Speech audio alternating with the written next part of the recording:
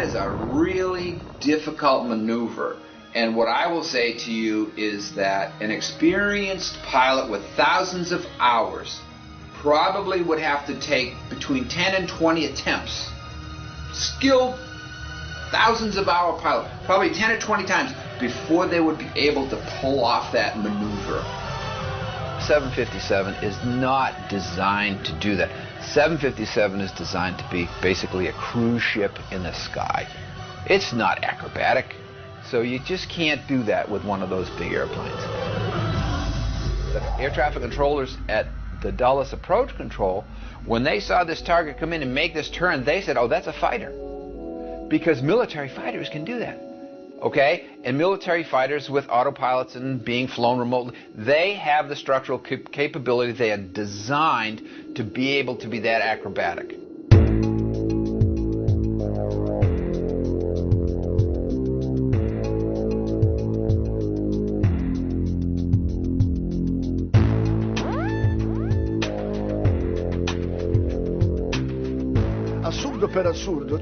Absurdity of absurdities.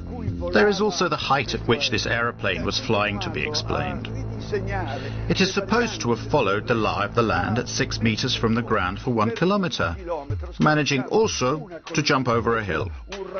Then it went over a roadway, and it finally got there without making any other turns because by now there was no more space.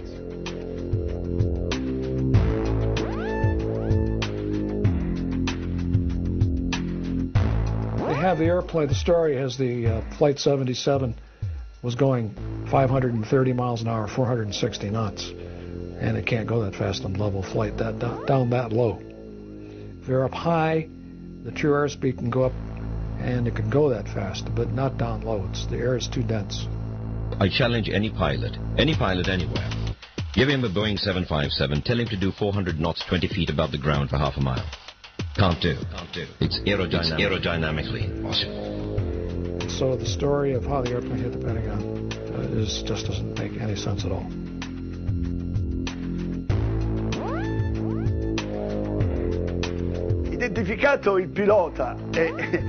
After Hani Hanjour, the plane's pilot, had been identified, his flight instructor declared that his student was not even able to fly a small single-engine aeroplane.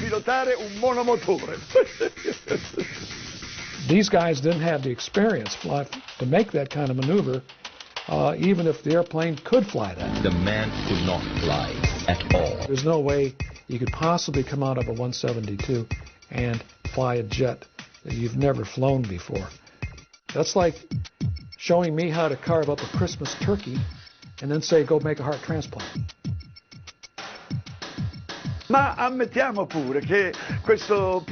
Even if we suppose that such an incompetent pilot had the opportunity to fly a Boeing 757, we still have to ask ourselves how he managed to violate the most heavily protected airspace in the world. Lo spazio aereo più protetto del mondo.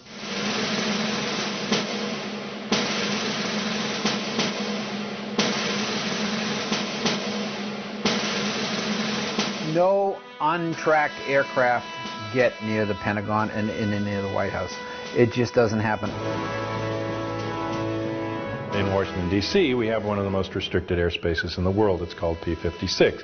It has a separate radar tracking system and a separate military response system. P-56 is that restricted airspace that is around the Pentagon and the White House, and it is a highly, highly, highly sensitive area.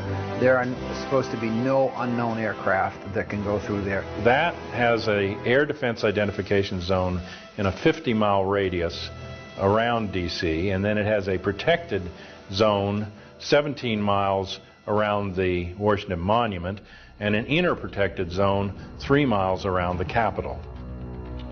That space is essentially unbreachable. It has to be because of the importance of the buildings there.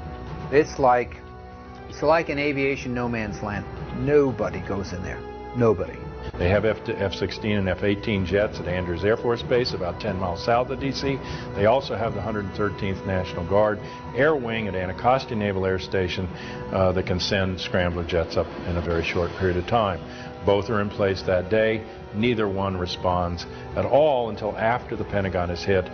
In addition to that, the Pentagon has its own defenses. If a plane, any kind of a plane, was coming in towards the Pentagon, why didn't the anti-aircraft missile batteries that are there, why didn't they fire to protect the building? This is, after all, the most heavily protected building on the planet. That craft had to have been a military craft, because only the military craft put out a signal. It's called an Identify Friend or Foe IFF device. And only the military craft would be allowed to approach the building. The two radar systems that the military radars, defensive radar systems, read are a civilian transponder and a military transponder. Military transponder is called IFF. Civilian aircraft do not have an IFF transponder. They are not given that capability. Okay? So if there was a 757, American 757, that went into the Pentagon, for example, and it shut off its transponder, it didn't have a military IFF transponder on it. So it was a primary target. It's a primary target going into that airspace. Should have been shot down. What I'm describing to you is a breakdown in standard operating procedure by FAA, NORAD, P-56, and the Pentagon, all on the same day, in the middle of, after 9/05, what was known nationally to be a terrorist attack. And it makes no sense. Nobody goes in there. This is, after all, the most heavily protected building on the planet. This doesn't make any sense at all. The Pentagon symbolizes our military power in the world. And they had hit it. And to this day, nobody knows what they hit it with, whether it was an airplane or whether it was a missile. And our government will never tell us. So we just wait for the French to explain it. What hit it? What's going on? There is nobody anywhere at any point in this entire investigation that has said that is positively American 77.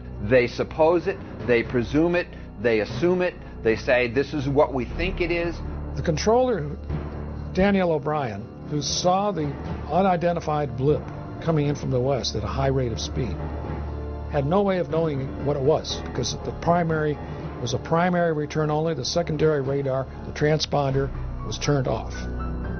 In order to identify a primary radar target, you have to have two-way communications between the pilot and the air traffic controller, and the pilot has to report over a certain geographical location, or you have to be able to tell the pilot in the airplane to make a series of turns, and then the radar controller can look at all of the primary targets on his or her radar scope and say, there's an aircraft, or there's a target that just executed the turns I told. Now I can positively identify the aircraft. That never occurred.